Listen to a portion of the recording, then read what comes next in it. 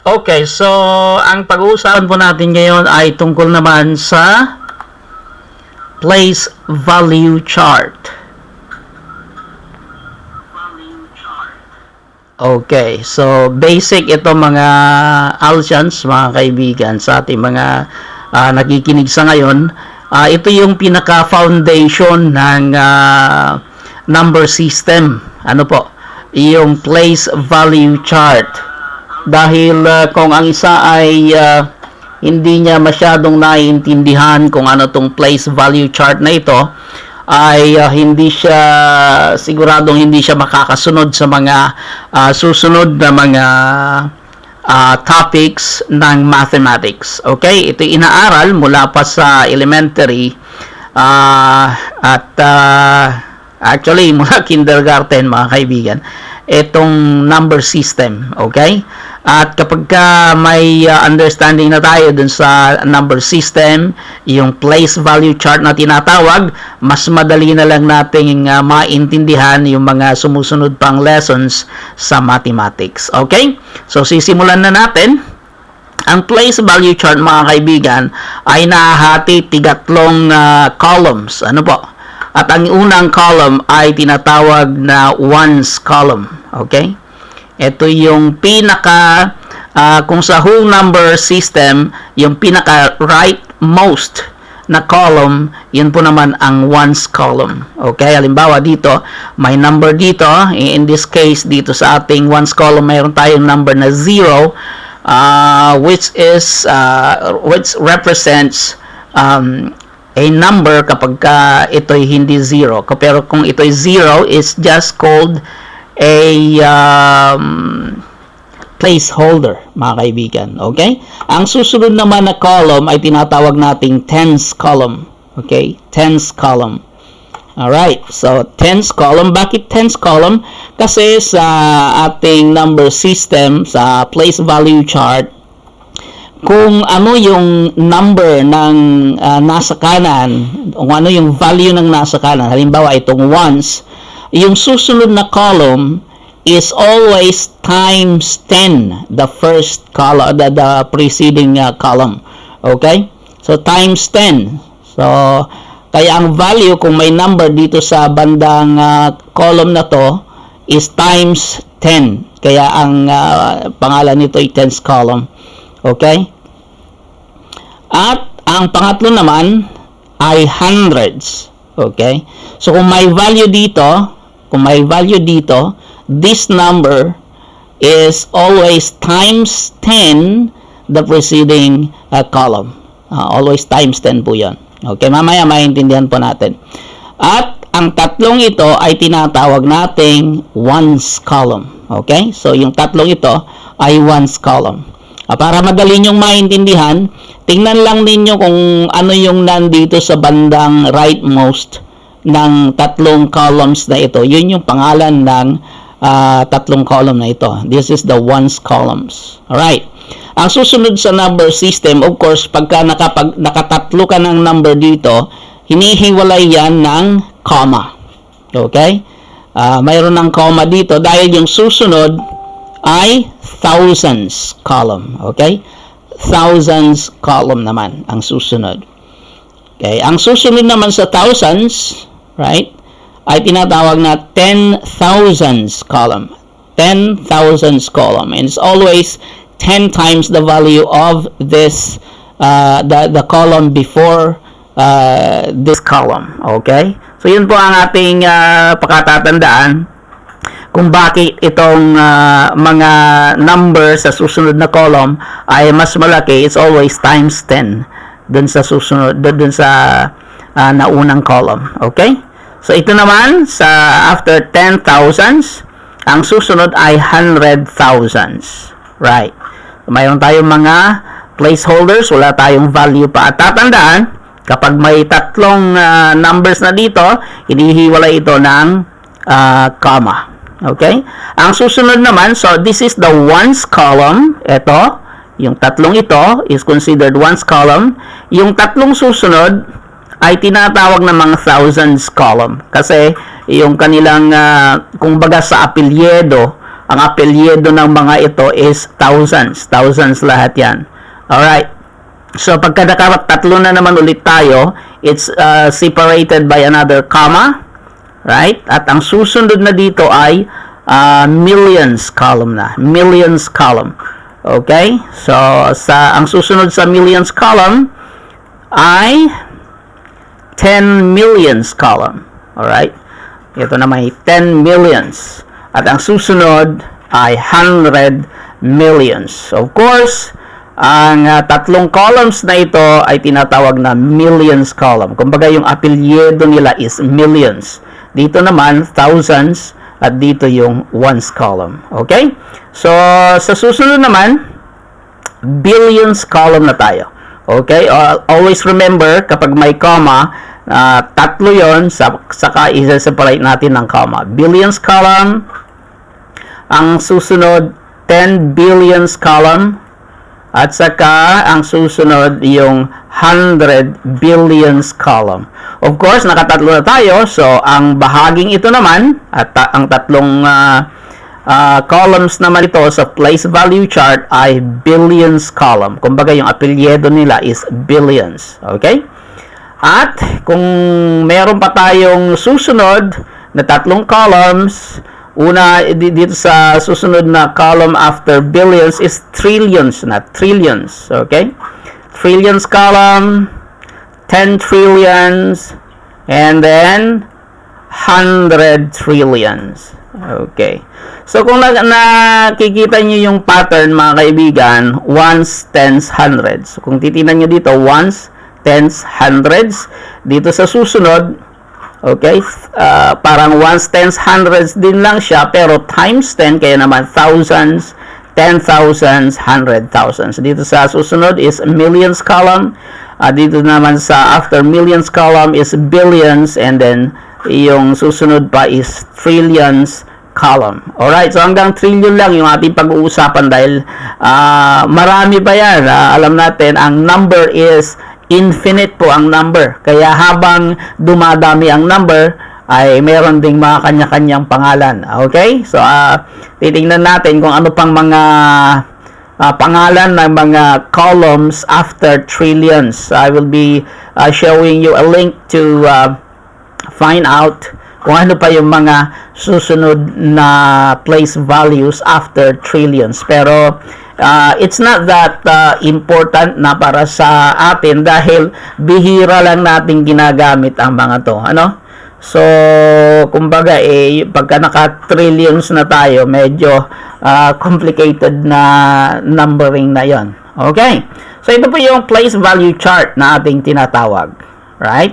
Ang place value chart ay ina-identify niya, sinasabi niya kung ano ang value ng isang number. Halimbawa, ang number dito, sa bandang ito, kapag parehas na number ay nandito, iba ang kanyang value. Dahil iba naman ang location niya sa number system, sa place value chart. Alright. So, kapag sinulat natin usually, halimbawa ganito, may 42 and then comma, 583. Usually, ito yung tinatawag nating standard form. Okay? Standard form of writing numbers. Alright?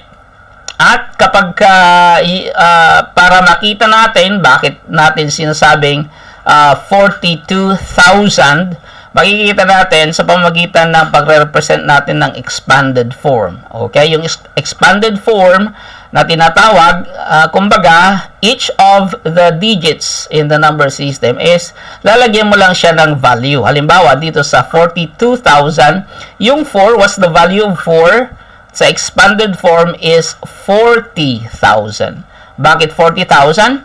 Mamaya-maya pag-usapan natin. 40,000 dito 2,000. Okay, 580 and then plus 3 is equal to 42,583. Ito naman po yung expanded form. It shows us yung values of each of the digits kung paano natin masasabing 42,583 dahil meron siyang 40,000 at meron siyang 2,000, idagdag pa ang 580 and then 3, kaya naging 42,583. Okay. Sa susunod, halimbawa, ito yung binabanggit natin, times 10, always times 10 the value of the number on the right. So, kung may 1 dito, that's ones. Pag may 1 dito sa under tens column, so that's 1 times 10 is 10. Kaya naman, ang value nito is 10. Ganon din dito, pag 10 ito, times 10 dito, it becomes 100. Okay? Kaya 100 naman dito. Ito naman, 100 times 10, nagiging 1,000. So, yun po ang logic ng place value chart. Okay? At tinatawag natin itong base 10. Each place represents 10 times the value of the place to its right. Yan po yung base 10 numbers sa system. Okay? Ang susunod nating pag-usapan, okay, ito pa rin, place value chart. Halimbawa sa ones column, mayroon siyang 3. So that is 3 ones, or just say it 3.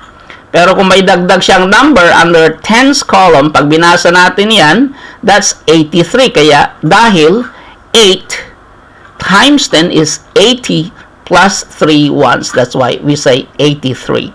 Okay? Pagka may value under hundreds, okay, that's 5. And then hundreds, alright, that's 500. And then 83. Okay, so tatlo yan. Na ang mga numbers na ito is under ones columns in the place value chart. Ang susunod naman is thousands. Kung may number dito sa bahagi ng 1,000, so we read this one as 2,000.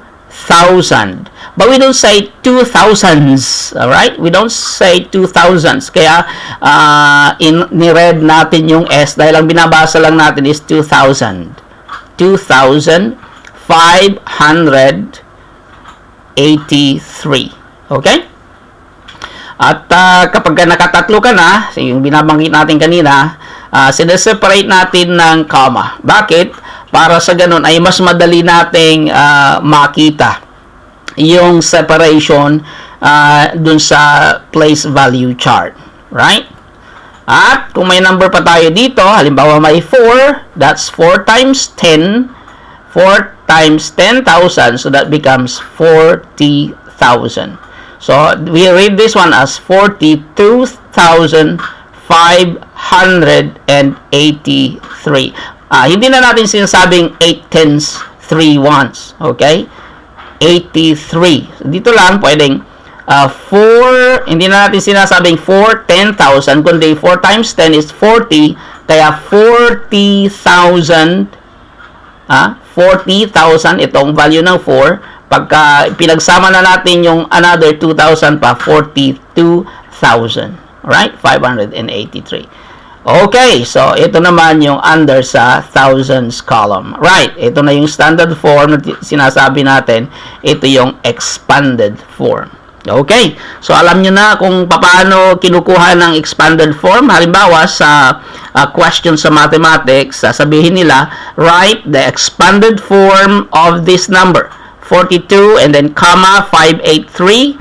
So the expanded form will be 40,000 plus 2,000 plus 500 plus 80 plus 3, which is equal to 42,583. Alright, susunod mga kaibigan, place value chart pa rin ang pinag-uusapan. Ngayon, meron tayong value under 100,000. Okay? So, meron tayong 720148. Tingnan natin yung standard form niya is 720,148. Right.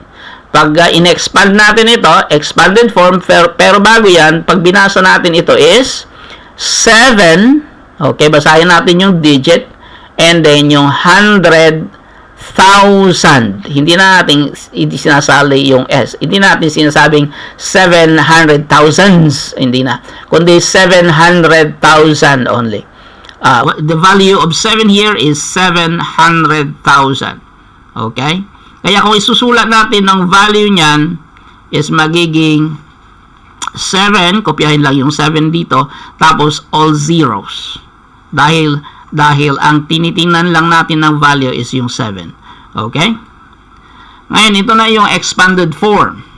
Right? Yung sinasabi natin kanina, 7 and then all zeros, that's 700,000. Ang value naman ng 2 is 2 times 10, which is 20,000. 20,000, that's 20 here. And meron tayong placeholder na 0. Placeholder na 0. Bakit? Kasi ang thousands column ay walang number dito, kaya it's only a placeholder. So, kung sa expanded form, kahit hindi na natin isulat yung 0 dito. 20,000 plus immediately yung 100 na kaagad. Okay? 148. Right. So, ito naman yung standard form. Ito naman yung expanded form. Okay. Let's go sa susunod.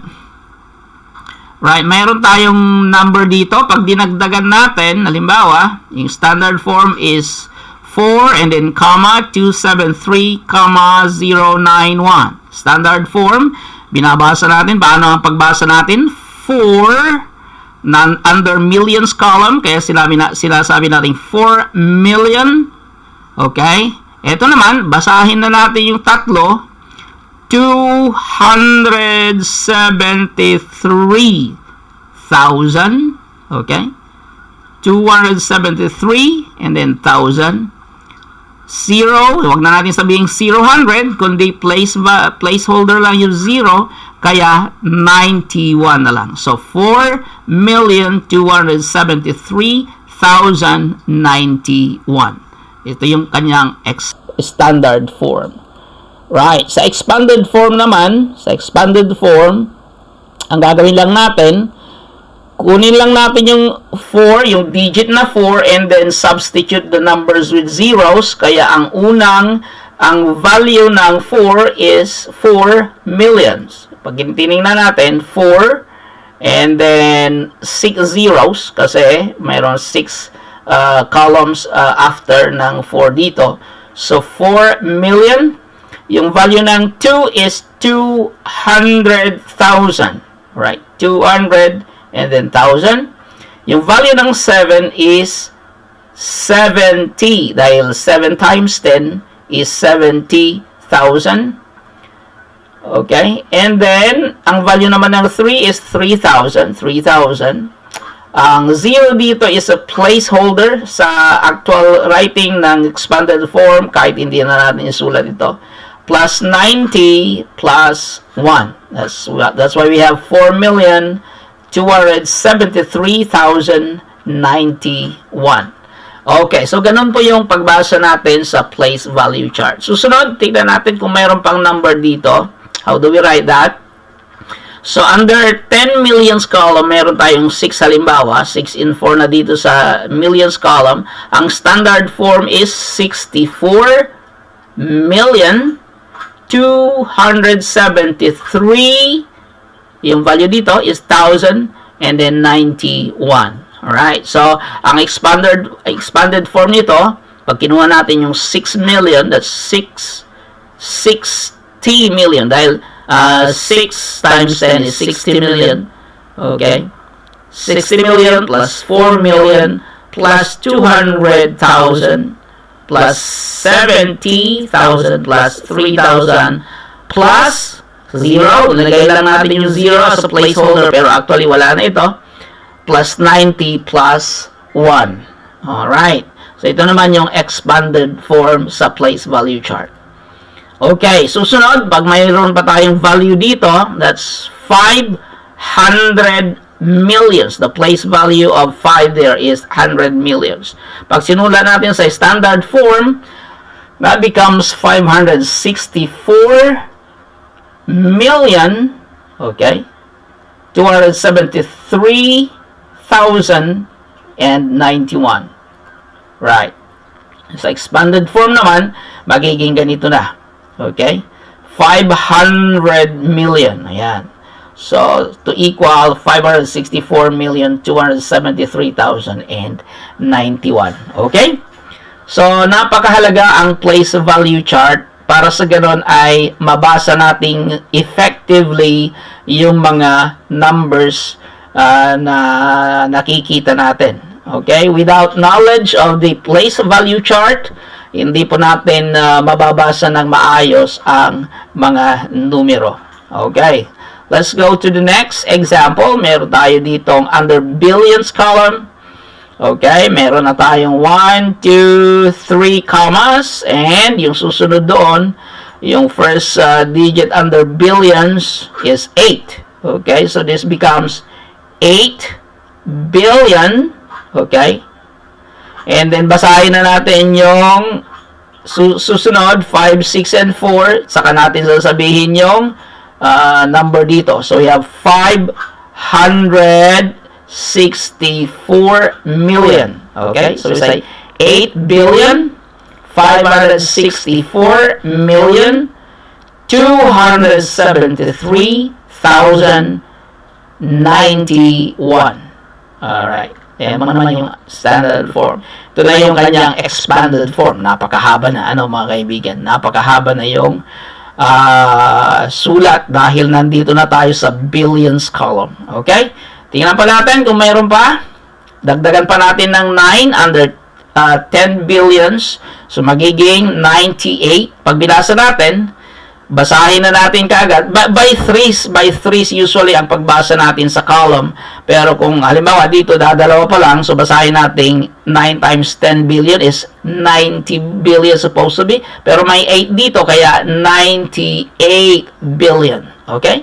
98 billion. Hindi na natin sinasama yung S. Hindi na natin sinasabing 98 billions. No. We say 98 billion 564 million 273,091. Alright, yan po naman yung standard form ng pagsusulat. Ito naman yung kanyang expanded form. Napakahaba na, mga kaibigan. So, yan po yung place value chart na tinatawag. Marami pa. Okay, dagdagan pa natin ng 6. Halimbawa, so, magiging, meron tayong exercise. Okay, what's the value of? Okay, dito sa number 1. Right, kung meron kayong mga notes, or notebooks, pwede kayong makipag-participate ngayon. Okay? So, ano ngayon, yung what's the value of, yung number 1 is 8. So, hanapin natin yung 8. Nasaan ba yung 8? Okay, so, mayroon tayong iisang 8 dito. Okay? Under the column of 10,000s. Okay? 10,000. So, always times 10. So, 8 times 10 is A. What's the value of 8 then? Okay? Pakisulat sa inyong mga notes kung what's the value. Pag sinabi natin value, we're talking about the numbers. Okay? Pag sinabi natin what's the place value, the place value is ito. 10,000s, under the 10,000s place value. Pag sinabi natin value naman, what's the value? Ibig sabihin, kunin natin yung number na nandito sa may column na to, and then change all the numbers on the right to zeros para makuha natin yung value ng 8. Alright, so number 2. What's the value of 3? Nasaan ba ang 3 dito? Value, okay? Value. Hindi place value. Value. Pag tinignan natin yung 3, nandito siya sa billions column. So, ang kanyang place value is billions. Okay? Ang place value niya, ang column, kung saan siya classified under the place value chart is the billions column. Now, what's the value of 3 under this billions column? So, madali lang. Kunin lang natin yung 3 and then palitan natin yung remaining numbers ng 0, and that's the value of 3. Okay? Can you write down on your notes kung meron kayong notes dyan, mga kaibigan? And then, tingnan natin yung number 3 naman, 4. So, number 4 is here. Okay? The place value is under 100,000s. Okay? But what's the value of 4? Ano ang value ng 4 dito? So, ang gagawin lang natin, kunin natin yung 4 and then change all the numbers to 0 to get the value of 4 under this column. Right. Dito naman tayo sa number 4. 5. Where is number 5? 5 is here. So, what's the value of 5? Under number 5, 7. Tingnan natin ang 7 under 100 millions column. So what's the value of 7? So 7, change it all the digits here into zeros. That's the value of 7. And then number 6 is 1. Where is 1 here? 1 is here, right? Under millions column. So what's the value of 1 under millions column? Kunin lang natin yung 1 and then change everything to 0. That's the value of 1. And then number 7 is 2 under 10 millions column. Kunin lang natin yung 2 and then change all the digits with zeros. Okay? Let's check your answer.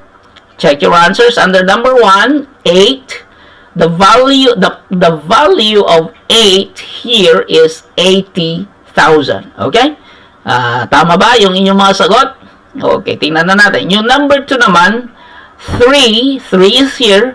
3 and then remaining numbers become 0. That's 3 billion. Okay, 3 billions. Okay. Wala na yung S. 3 billion. Right. Number 3, yung 4. 4 here is under 100,000. So that's 4. Okay. It's number 4. 1, 2, 3. Number 4. 1, 2, 3, 4. 4 is 5. Yung number 4 is 5. Okay, number 4 is 5 under hundreds. Of course, that's 500. Number 5 is 7. Number 5 is 7 under 100 millions, so 700 millions. Number 6 is 1. 1 is here and is under millions column, so 1 million. The value of 1 here is 1 million. And then number 7 is 2. 2 is somewhere here. 2 times 10, that's 20 million. Okay? So, yan po yung mga values of the different numbers. So, kung nakuha ninyo, that's very good. Let's move on. Move in tayo. Write the expanded form of the following numbers. Expanded form naman tayo, mga kaibigan. Okay? Right. Number 8. So, mayroon tayong 5,472. Pag titingnan natin yung expanded form nito, paano natin susulat? Nakuha natin kanina. Ang gagawin lang natin, kukunin natin yung digit and then change the other number with zeros.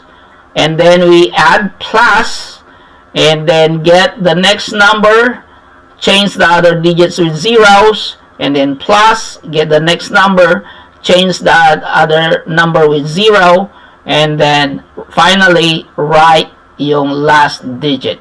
That's how we write the expanded form of the number. Okay? How about this number? 87,390. How do you write the expanded form? Okay? Sa mga nakamonitor sa ngayon. Susunod, number 10, 940,452. Write the expanded form of this number. Okay? So, kung meron kayong notes, write down. Ang susunod, number 11, is 2,164,860. Write the expanded form. Alright, mamaya papakita natin yung expanded form. Susunod, number 12, 39,364,982. And then 13, 485,172,649. Right? And And here are our answers. Okay. You can check your answers. Oops, balik tayo. Right. Check your answers kung tama yung inyong mga sagot.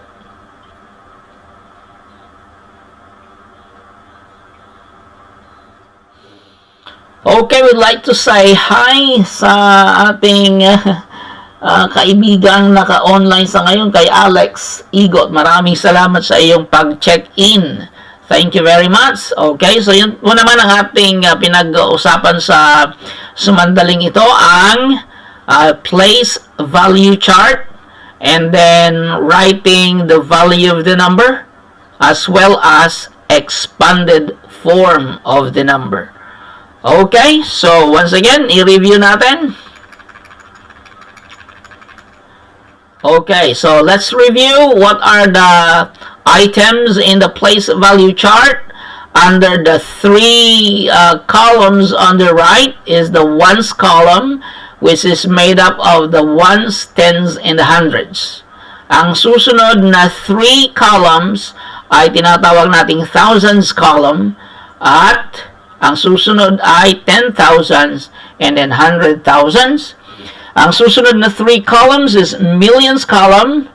Yung una is millions, and then 10 millions, and then 100 millions. Ang susunod na three columns ay billions column, which is the billions, 10 billions, and 100 billions. Ang susunod naman sa billion is trillions, 10 trillions, 100 trillions. Dito lang ang limit ng ating usapan sa ngayon, hanggang sa trillions. Okay, mga kaibigan.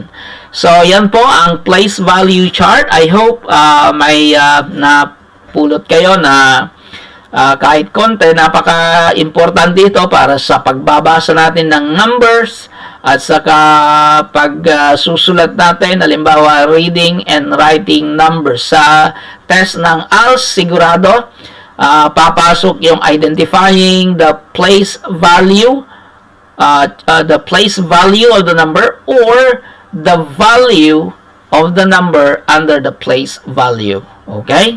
So, yun naman ang kailangan ninyong tandaan. Sa bagay, very basic ito, at nais lang natin simulan dito yung ating usapan sa patungkol naman sa numbers, para naman sa ganun ay magsisimula tayo dun sa mga basics, and then hindi na tayo mahihirapan as we go along dun sa mga more complex, especially sa operations and then problem solving, mga kaibigan. Okay?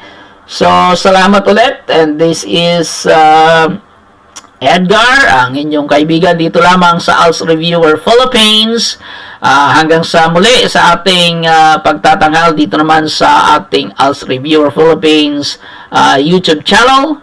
Live naman tayo, mga kaibigan. So, kung meron kayong mga ibang concerns, pwede kayong mag-type in dyan. At dun sa mga manunod sa ating replay, if you have any concern, mga kaibigan, Alsians, you can just type in under the comment section, and then babalikan natin at pag-uusapan natin sa susunod. Maraming salamat at magandang gabi sa inyong lahat.